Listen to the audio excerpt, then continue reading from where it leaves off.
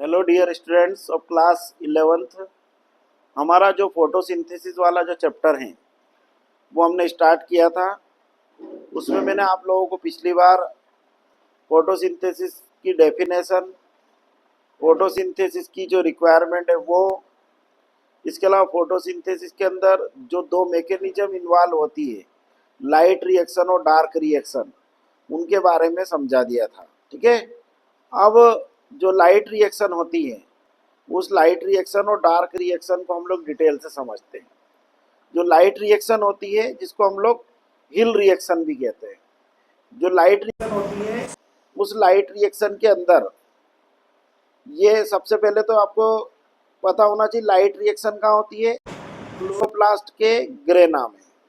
ठीक है, ये बहुत इंपॉर्टेंट पॉइंट है। ये मतलब ये एग्जामिनेशन के अंदर भी क्वेश्चन ऑब्जेक्टिव टाइप में पूछते हैं। ठीक है, कि प्रकाश संश्लेषण की प्रकाशिक अभिक्रिया कहाँ संपन्न होती है, where does light reaction of photosynthesis occur. मतलब फोटोसिंथेसिस की जो लाइट रिएक्शन होती है वो कहाँ होती है, तो वो होती है क्लोरोप्लास्ट के ग्रेना में। और ग्रेना में ही क्यों होती है उसका मैंने आपको उस दिन भी कारण बताया था, और एक बार डबल से समझा देता हूँ कि जो लाइट रिएक्शन होती है उस लाइट रिएक्शन में जो सनलाइट में जो फोटान्स होते हैं वो फोटान्स आते हैं, और उन फोटान के जो फोटान पार्टिकल्स होते हैं उनको क्लोरोफिल का जो मॉलिक्यूल होता है, वो क्लोरोफिल का मॉलिक्यूल जो कि आपके ग्रेना के थैलेकाइट के ऊपर, थैलेकाइट की जो सरफेस होती है उसके ऊपर वो एंटीना के मॉलिक्यूल की तरह सिचुएटेड होते हैं। और वो जो क्लोरोफिल मॉलिक्यूल होते हैं वो उस सनलाइट को ट्रैप करते हैं, और वो सनलाइट में जो फोटान में जो एनर्जी होती है उस एनर्जी को वो केमिकल एनर्जी में कन्वर्ट करते हैं। और जब ये फोटान की जो लाइट आती है, और इस फोटान की जो लाइट होती है उसकी मदद से वाटर का फोटोलाइसिस होता है, मतलब जल के अणु का प्रकाश रासायनिक अपघटन होता है। और फोटोलाइसिस जो होता है वाटर का, वो आपका पीएच सेकंड में होता है। मतलब पीएच से मैंने आपको उस दिन भी बताया था कि जो ग्रेना होते हैं, ग्रेना के जो थैलेकाइट होते हैं उसमें दो टाइप के पिगमेंट सिस्टम सिचुएटेड होते हैं, एक होता पीएच फर्स्ट और एक होता पीएच सेकंड। मतलब फोटो सिस्टम फर्स्ट या और फोटो सिस्टम सेकंड, या पिगमेंट सिस्टम फर्स्ट और पिगमेंट सिस्टम सेकंड। जो पिगमेंट सिस्टम सेकंड होता है उसका रिएक्शन सेंटर जो होता है वो P680 होता है। मतलब 680 तक की वेवलेंथ की जो लाइट है जब आती है सन में, सनलाइट के रूप में अर्थ के ऊपर, तो प्लांट के अंदर ये फोटो सिस्टम एक्टिवेट होता है, और उससे जो वाटर के मॉलिक्यूल होते हैं वो वाटर के मॉलिक्यूल का फोटोलिसिस होता है। वाटर के मॉलिक्यूल का जो फोटोलिसिस होता है तो उससे आपके हाइड्रोक्सिल आयन, OH आयन और H प्लस आयन प्रोड्यूस होते हैं। और हाइड्रोक्सिल आयन और H प्लस आयन जो प्रोड्यूस होते हैं उन H प्लस आयन को तो NADP ले लेता है। NADP मतलब निकोटिनामाइड एडिनाइन डाइन्यूक्लियोटाइड फास्फेट। जैसा कि हमने इलेक्ट्रॉन ट्रांसपोर्ट सिस्टम में माइटोकॉन्ड्रिया के अंदर पढ़ा था रेस्पिरेशन वाले चैप्टर में। बस यहाँ पे ये कि यहाँ पर NADP रहता है, ठीक है ना, और उसमें उसका पूरा नाम निकोटिनामाइड एडिनाइन डाइन्यूक्लियोटाइड फास्फेट होता है, और वो NADP इन हाइड्रोजन आयंस को लेकर NADPH2 में चेंज हो जाता है। और जो हाइड्रोक्सिल आयन है, इन हाइड्रोक्सिल आयन से इलेक्ट्रॉन प्रोड्यूस होते हैं और ऑक्सीजन के मॉलिक्यूल निकलते हैं, और यह ऑक्सीजन जो रहती है वाया स्टोमेटा एटमॉस्फेयर में चली जाती है। तो ये भी एक बहुत इंपॉर्टेंट क्वेश्चन है, बहुत बार परीक्षा के अंदर पूछा जाता है कि जो फोटोसिंथेसिस के एंड में जो ऑक्सीजन इवॉल्व होती है, मतलब जो फोटोसिंथेसिस के अंत में जो ऑक्सीजन उत्पन्न होती है 6O2 मॉलिक्यूल, वो 6O2 मॉलिक्यूल किससे निकलते हैं, मतलब whether they are evolve from carbon dioxide और वाटर, मतलब वो जल से निकलेंगे या CO2 से निकलेंगे। तो इसका राइट आंसर होगा आपका वाटर मॉलिक्यूल। ठीक है ना। 12H2O के मॉलिक्यूल हम लोग यूटिलाइज होते हैं जब एक फोटोसिंथेसिस की प्रोसेस होती है, जब एक जो शुगर का मॉलिक्यूल बनता है तब। तो वो जो 6 जो 12H2 होते हैं उससे 6O2 के मॉलिक्यूल निकल जाते हैं। 6O2 मतलब 12 ऑक्सीजन के एटम, ठीक है ना। और उसमें 12H2O में भी आपके 12 ही ऑक्सीजन है, ठीक है ना। तो वो 6O2 जो है इस टाइप से निकल जाते हैं और it has been experimentally proved. और इसको बाकायदा जो है साइंटिस्ट लोगों ने रेडियो एक्टिव ऑक्सीजन का आइसोटोप, आपको सभी को मालूम है ऑक्सीजन का एटॉमिक नंबर होता है 8 और इसका एटॉमिक मास होता है 16, मतलब ऑक्सीजन का परमाणु क्रमांक होता है 8 और परमाणु भार होता है 16, ठीक है ना। तो आपको सभी को मालूम है ये तो नॉर्मल ऑक्सीजन का है। तो उन्होंने क्या काम करा, इसको कैसे एक्सपेरिमेंटली उन्होंने प्रूव किया। उन्होंने क्या काम करा कि जो जिस प्लांट के ऊपर उन्होंने एक्सपेरिमेंटेशन किया उसमें क्या काम करा उन्होंने, जो वाटर का मॉलिक्यूल था, जो वाटर मॉलिक्यूल थे उसमें जो ऑक्सीजन थी उसको उन्होंने रेडियो एक्टिवली लेबल्ड कर दिया, मतलब उसको भारी कर दिया। और वो ऑक्सीजन का एटॉमिक नंबर था आपका 18, सॉरी एटॉमिक मास था 18, एटॉमिक नंबर तो 8 ही रहेगा।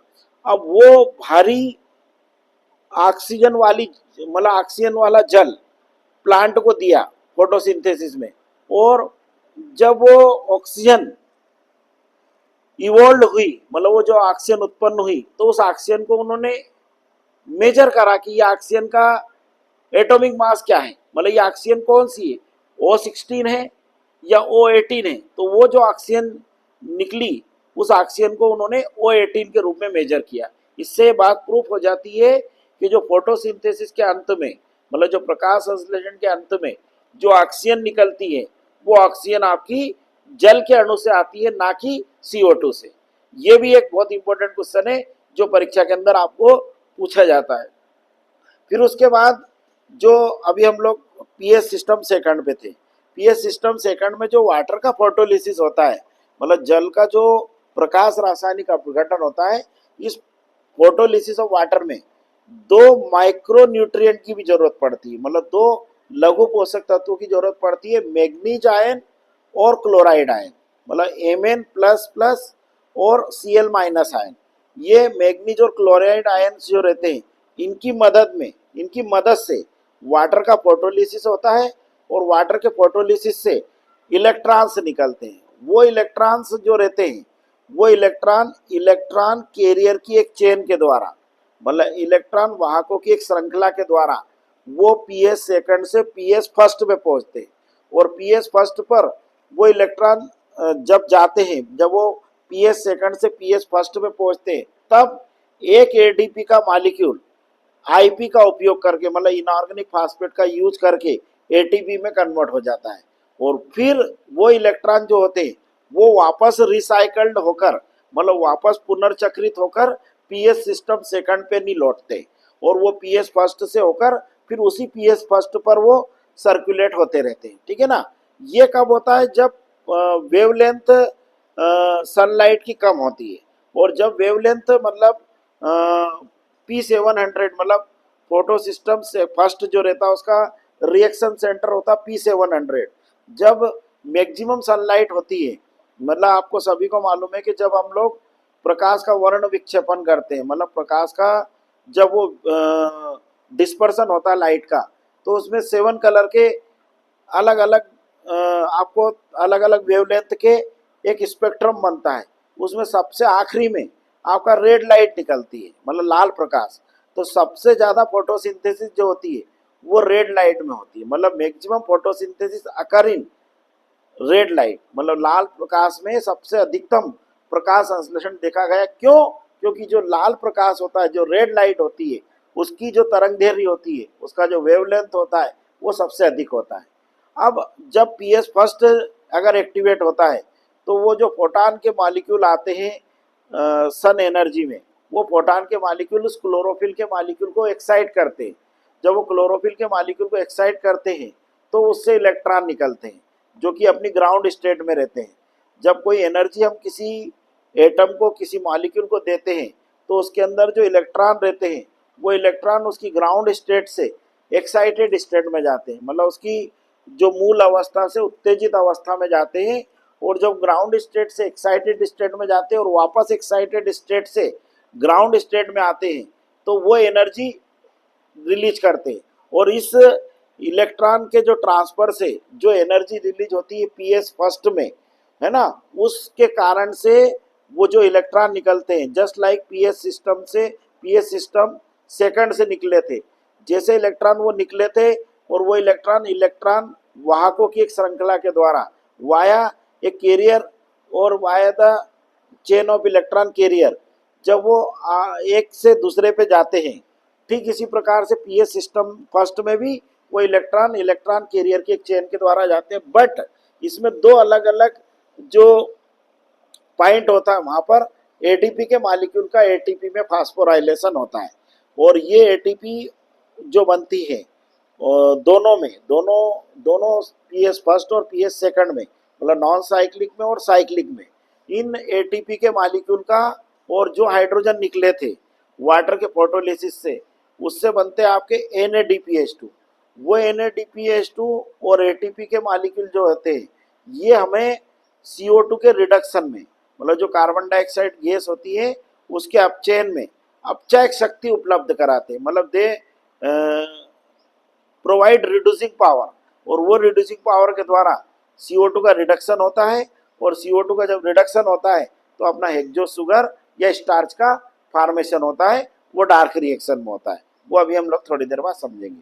तो ये जो लाइट रिएक्शन होती है, इस लाइट रिएक्शन में दो टाइप का फोटोफॉस्फोराइलेशन होता है, एक होता है आपका नॉन साइक्लिक और एक होता है साइक्लिक। नॉन साइक्लिक जिसको हम लोग हिंदी में अचक्री फोटोफॉस्फोरिलीकरण कहते हैं, और एक होता है चक्री, चक्री को हम लोग अंग्रेजी में साइक्लिक फोटोफॉस्फोराइलेशन कहते हैं। तो ये नॉन साइक्लिक और साइक्लिक दोनों को मिलाकर हम लोग लाइट रिएक्शन कहते हैं। अब एग्जामिनेशन में कभी कभी इन दोनों में डिफरेंस पूछ लेते हैं। किसमें डिफरेंस पूछ लेते हैं? आपके नॉन साइक्लिक फोटोफॉस्फोराइलेशन और साइक्लिक फोटोफॉस्फोराइलेशन में, मतलब अचक्री फोटोफॉस्फोरिलीकरण और चक्री फोटोफॉस्फोरिलीकरण में भी अंतर परीक्षा के अंदर पूछते हैं, ठीक है ना। तो इसका प्रश्न कैसे आएगा? इसका प्रश्न ऐसा आएगा, अचक्री एवं चक्री फोटोफॉस्फोरिलीकरण में अंतर लिखिए। Right the important difference between non cyclic and cyclic photophosphorylation, ठीक है ना। अब ये जो लाइट रिएक्शन होती है, इस लाइट रिएक्शन का सबसे बड़ा एडवांटेज क्या होता है? सबसे बड़ा एडवांटेज ये होता है कि एक तो इसके द्वारा वाटर के मॉलिक्यूल का फोटोलिसिस हो गया और ऑक्सीजन रिलीज हो जाती है, मतलब जल का प्रकाश रासायनिक अपघटन होता है और ऑक्सीजन विमुक्त होती है। सेकंड इसका इंपॉर्टेंट पॉइंट, सेकंड इसका सिग्निफिकेंस ये है कि इस प्रोसेस में एटीपी और NADPH2 बनते हैं। एटीपी और NADPH2 का क्या यूज होता है, अभी मैंने आपको समझाया कि वो डार्क रिएक्शन जो सबसिक्वेंट डार्क रिएक्शन होगी उसमें वो रिड्यूसिंग पावर या अपचायक शक्ति को हमें अवेलेबल करवाएंगे, ठीक है ना। तो वो एटीपी और NADPH2 की मदद से हमारा डार्क रिएक्शन होगा, हमारी अंधकार अभिक्रिया होगी और हेक्सो शुगर का फॉर्मेशन होगा, ठीक है ना। तो जितने भी प्लांट इस अर्थ के ऊपर पाए जाते हैं, भले वो एल्गी हो, ब्रायोफाइटा हो, टेरिडोफाइटा हो, जिम्नोस्पर्म हो, एंजियोस्पर्म हो, एंजियोस्पर्म भले वो डाइकोट हो चाहे वो मोनोकॉट हो, इन सभी प्लांट के अंदर लाइट रिएक्शन लगभग लगभग एक जैसी होती है, मतलब प्रकाशिक अभिक्रिया सब में एक जैसी होती है। केवल जो डिफरेंस है वो डिफरेंस का है, आपका है डार्क रिएक्शन का, मतलब अंधकार अभिक्रिया का। डार्क रिएक्शन मतलब CO2 का रिडक्शन।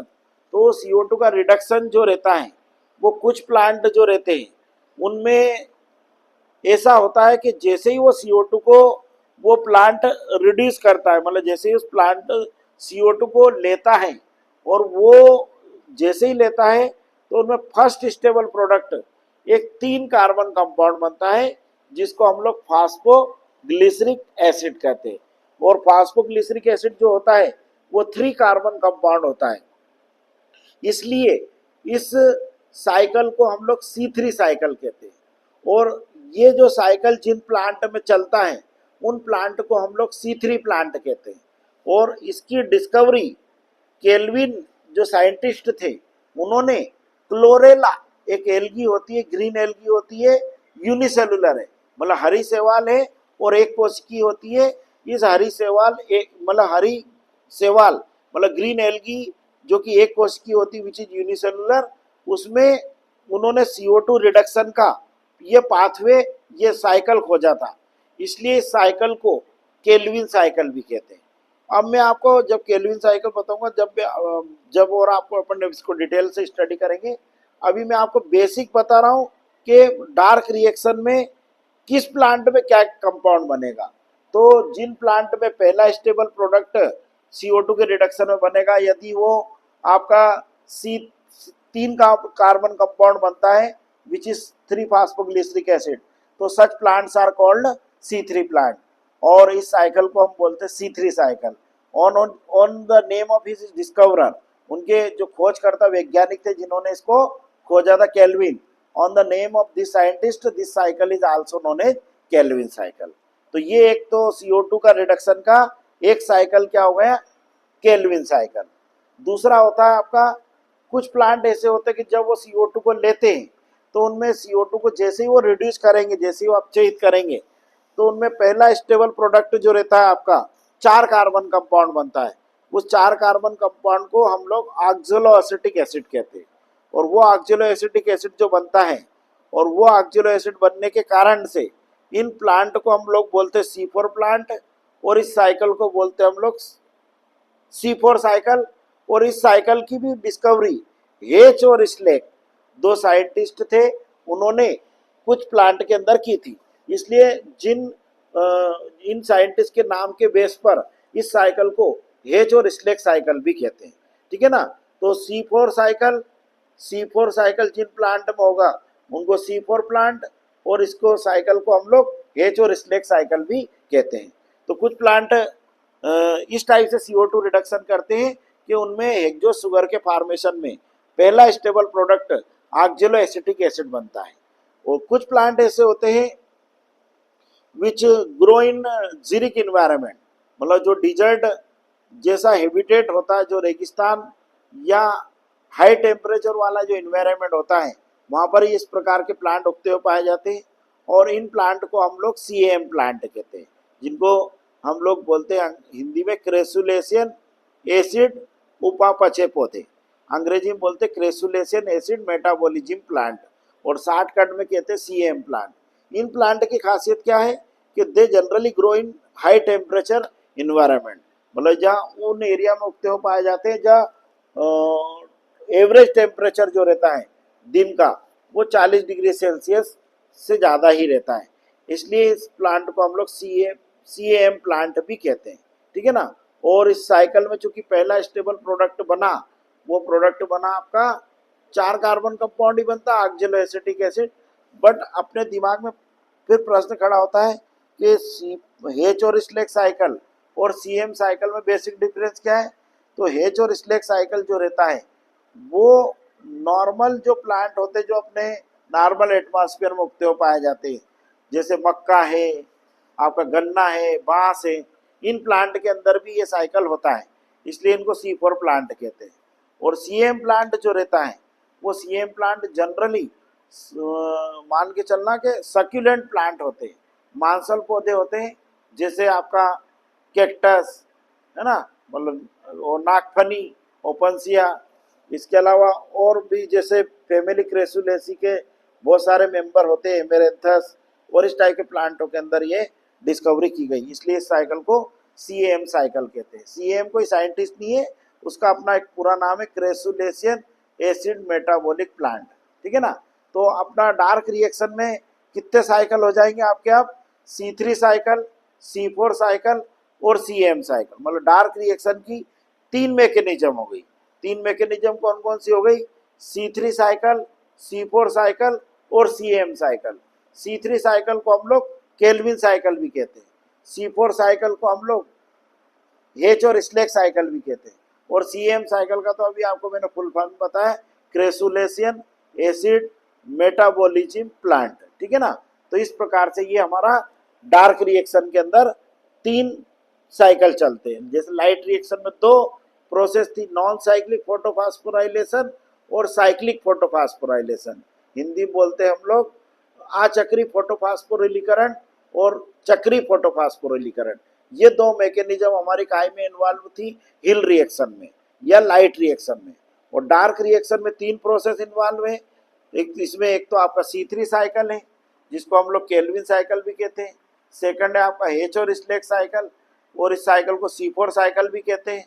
और तीसरा है आपका CAM cycle, crassulacean acid metabolism cycle. तो इस प्रकार से तीनों जो साइकिल है अलग अलग प्लांट ग्रुप में पाई जाती है, बट मेजोरिटी में हमारे आसपास जो प्लांट उगते हुए पाए जाते हैं most of are C3 plants, वो C3 प्लांट होते हैं।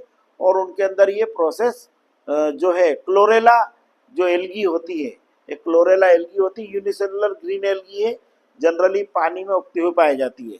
उसके अंदर इस साइकिल को सबसे पहले केल्विन ने खोजा था, और केल्विन ने बताया था कि जब इन प्लांट के अंदर जैसे ही CO2 एंटर करती है तो वो CO2 को जैसे ही वहाँ पे CO2 एक्सेप्टर, CO2 ग्राही जो कि रिबुलोज 1,5 डाइफास्फेट होता है, वो जैसे ही लेता है तो CO2 plus RUDP is equal to बन जाता आपका 3PGA, that is 3 phosphoglyceric acid. और चूंकि इसमें फर्स्ट स्टेबल प्रोडक्ट अपना 3 कार्बन कंपाउंड बना विच इज 3 फास्फोग्लिसरिक एसिड, इसलिए इसको C3 साइकिल। और इसकी डिस्कवरी केल्विन ने करी तो केल्विन साइकिल।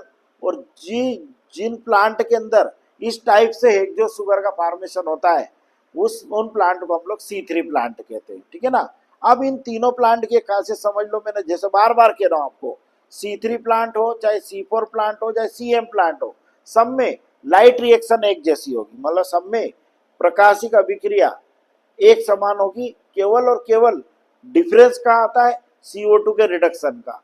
कुछ प्लांट ऐसे होते हैं जो डायरेक्ट CO2 को रिड्यूस कर लेते हैं। अब कुछ प्लांट के अंदर क्या होता है, जब CO2 का रिडक्शन होता है तो उसके लिए उनमें अलग एटमॉस्फेयर, अलग स्ट्रक्चर, अलग फीचर्स पाए जाते हैं। तो ये हमारी डार्क रिएक्शन थी। अब इस डार्क रिएक्शन में हम सबसे पहला जो साइकिल समझेंगे वो है आपका C3 साइकिल, और C3 साइकिल को हम लोग केल्विन साइकिल भी कहते हैं, ठीक है ना। तो इसका क्वेश्चन भी परीक्षा के अंदर पूछ सकते हैं कि C3 साइकिल या केल्विन साइकिल को सचित्र बनाकर समझाइए, मतलब उसका आपको पूरा रे डायग्राम है एक, वो मैं बना के समझा दूंगा। वो अगर आपने बना दिया तो आपको फुल मार्क्स मिल जाएंगे, ठीक है ना। और सम टाइम क्या होता है कि वो बच्चों को बिल्कुल सरल पेपर पूछना होता है, तब उस कंडीशन में वो C3 और C4 प्लांट में डिफरेंस भी पूछते हैं, मतलब C3 और C4 पौधों में प्रमुख अंतर क्या है समझाइए। तो ये मैं आप लोगों को अभी आज अंतर समझा देता हूँ। जो C3 प्लांट होते हैं वो C3 प्लांट में जैसे ही CO2 को वो लेते हैं तो पहला स्टेबल प्रोडक्ट, मतलब प्रथम स्थायी उत्पाद 3 कार्बन कंपाउंड होता है जिसको हम लोग 3 फास्फोग्लिसरिक एसिड कहते हैं। जो C4 प्लांट होते हैं उनमें जो CO2 ग्राही होते हैं वो 2 होते हैं, एक होता है आपका फास्फोइनॉल पाइरुवेट और एक होता है आपका रिबुलोज 1,5 डाइफास्फेट। और इनमें CO2 का जो रिडक्शन होता है वो 2 बार होता है, मतलब CO2 का कार्बोक्सिलेशन 2 बार होता है। और इनमें पहला स्टेबल प्रोडक्ट जैसे ये CO2 इनके मीजोफिल क्लोरोप्लास्ट में एंटर करता है तो वहाँ पे जो CO2 एक्सेप्टर होता है वो PEP होता है, दैट इज फास्फोइनॉल पाइरुवेट। और फास्फोइनॉल पाइरुवेट जो रहता है 3 कार्बन कंपाउंड है, उस 3 कार्बन कंपाउंड से कार्बन डाइऑक्साइड का एक मॉलिक्यूल जुड़कर पहला स्टेबल प्रोडक्ट बनाता है। वो पहला स्टेबल प्रोडक्ट बनता है आपका ऑक्जेलो एसिटिक एसिड, और इसके कारण से इस साइकिल को हम लोग C4 साइकिल भी कहते हैं, ठीक है ना। और इसकी डिस्कवरी जो है हेच और स्लेक ने करी थी, इसलिए इसको हेच और स्लेक साइकिल भी कहते हैं। सेकंड डिफरेंस जो आता है वो सेकंड ये आता है कि C3 जो प्लांट होते हैं, C3 जो पौधे होते हैं उनमें कार्बोक्सिलेशन, मतलब कार्बोक्सिलीकरण की प्रक्रिया केवल एक बार होती है, मतलब कार्बोक्सिलेशन अकर्स वंस। और जो आपका C4 प्लांट होते हैं उनमें कार्बोक्सिलेशन की प्रोसेस 2 बार होती है, एक बार तो होती है आपका मीजोफिल क्लोरोप्लास्ट में और एक होती है बंडल शीथ क्लोरोप्लास्ट में। और मीजोफिल और बंडल शीथ जो क्लोरोप्लास्ट होते हैं वो अलग अलग रहते हैं दोनों, और उसमें जो मीजोफिल क्लोरोप्लास्ट में जो होती है वो आपकी लाइट रिएक्शन होती है, मतलब सॉरी उसमें जो CO2 एक्सेप्टर है वो CO2 एक्सेप्टर होता है फास्फोइनॉल पाइरुवेट। और जो आपका बंडल शीथ है उसमें CO2 एक्सेप्टर होता है रिबुलोज 1,5 डाइफास्फेट। और ये दोनों CO2 एक्सेप्टर है, तो कार्बोक्सिलेशन की प्रक्रिया 2 बार होती है C4 प्लांट में। C3 प्लांट में जो रहता है इसको केल्विन साइकिल भी कहते हैं, क्योंकि उसको खोज केल्विन ने करी थी। और C4 प्लांट को में जो साइकिल चलता है उसको हम लोग हेच और स्लेक साइकिल भी कहते हैं, क्योंकि इसकी डिस्कवरी हेच और स्लेक ने करी थी। जो C3 प्लांट होते हैं उन C3 प्लांट में यूं मान के चलना क्रांच प्रकार की एनाटॉमी नहीं पाई जाती। और जो C4 प्लांट होते हैं जैसे मक्का है, गन्ना है, बांस है, इनमें क्रांच टाइप की एनाटॉमी पाई जाती है। अब ये क्रांच टाइप की एनाटॉमी क्या है, ये मैं आपको अभी शार्ट में समझा देता हूँ। इन प्लांट के अंदर जैसे मक्का है, गन्ना है, बांस है, इन प्लांट की लीफ को अगर आप देखोगे तो इनकी प्लांट की लीफ में 2 टाइप की क्लोरोप्लास्ट पाए जाते हैं। एक तो पाया जाता है आपका मीजोफिल क्लोरोप्लास्ट जो मीजोफिल सेल में होता है, और एक होता है बंडल शीथ सेल के अंदर, उसे बंडल शीथ क्लोरोप्लास्ट कहते हैं, ठीक है ना। और जब एक ही प्लांट की पत्ती में 2 अलग अलग टाइप के क्लोरोप्लास्ट पाए जाते हैं जिसको हम लोग डाइमार्फिक क्लोरोप्लास्ट कहते हैं, इसका कारण से इस एनाटॉमी को हम लोग क्रांच टाइप की एनाटॉमी कहते हैं, which is the characteristic feature of C4 plant. ये भी बहुत परीक्षा के अंदर आता है कि क्रांच एनाटॉमी या क्रांच टाइप की शारीरिकी कौन से पौधों में पाई जाती है, KRANZ, ठीक है ना। तो इसका राइट आंसर हो जाएगा आपका C4 प्लांट के अंदर। जो C3 प्लांट होते हैं उनमें फोटो रेस्पिरेशन की प्रोसेस होती है, मतलब उनमें प्रकाशिक शोषण होता है। प्रकाशिक शोषण क्या होता है इसको अभी आपको शार्ट में समझाते, फुल डिटेल में हम आगे जाकर इस चैप्टर में पढ़ेंगे। जो फोटो रेस्पिरेशन होता है वो इन C3 प्लांट में होता है। और इस दौरान क्या काम करते हैं ये, हालांकि इतनी डिटेल से डिफरेंस में लिखने की जरूरत नहीं, आप तो ये लिख देना इनमें प्रकाशिक शोषण की दर तीव्र होती है, the rate of photo respiration is high. और इन जो प्लांट होते हैं आपके C4 प्लांट है, इनमें फोटो रेस्पिरेशन या प्रकाशिक शोषण नहीं होता, ठीक है ना। इतना आप लोग अभी याद रखना। जो C3 प्लांट होते हैं उन C3 प्लांट में जो रहते हैं क्रांच प्रकार की एनाटॉमी हो गई, फोटो रेस्पिरेशन हो गया, ठीक है ना। और C3 प्लांट के एग्जाम्पल हो जाएंगे आपके आम, नीम, पीपल, बरगद। C4 प्लांट के एग्जाम्पल हो जाएंगे आपके एलोवेरा हो जाएगा, आपका मक्का हो जाएगा, गन्ना हो जाएगा, बांस हो जाएगा। ये सारे प्लांट आपके C4 प्लांट कहलाते हैं, ठीक है ना। तो ये भी एक बहुत इंपॉर्टेंट क्वेश्चन है। C3 और C4 प्लांट में डिफरेंस लिखिए, मतलब जो मान के चलना ये आपकी एग्जामिनेशन का सबसे इंपॉर्टेंट क्वेश्चन है। अब जैसे मैं आपको बार बार कह रहा हूँ कि जो डार्क रिएक्शन होती है, जो अंधकार अभिक्रिया होती है, वही एकमात्र प्रोसेस है जिसमें केल्विन साइकिल होता है, जिसके द्वारा प्लांट हेक्सोस शुगर का फॉर्मेशन करते हैं। तो भले वो C3 प्लांट हो, चाहे C4 प्लांट हो, चाहे CM प्लांट हो, इन तीनों प्लांट में केल्विन साइकिल तो होगा ही होगा, ठीक है ना। समझ में आया कि नहीं। भले केल्विन साइकिल के बगैर कोई भी प्लांट ऐसा नहीं है जो अपना फूड स्वयं बना ले, मतलब केल्विन साइकिल उनके अंदर कंपलसरी होता ही होता है, ठीक है ना। तो हमारा जो जनरली ये डिफरेंस ज़्यादा पूछते हैं काय में, C3 और C4 प्लांट में। अब अगर मान के चलो C3 प्लांट के अंदर कौन सी मैकेनिज्म इन्वॉल्व होती, केल्विन साइकिल, तो कभी कभी वो इसका क्वेश्चन पूछ लेते केल्विन साइकिल को आरेख बनाकर समझाइए, ठीक है ना। जब ये क्वेश्चन आता तो अधिकांश बच्चे इस प्रश्न को छोड़ते हैं, ठीक है ना।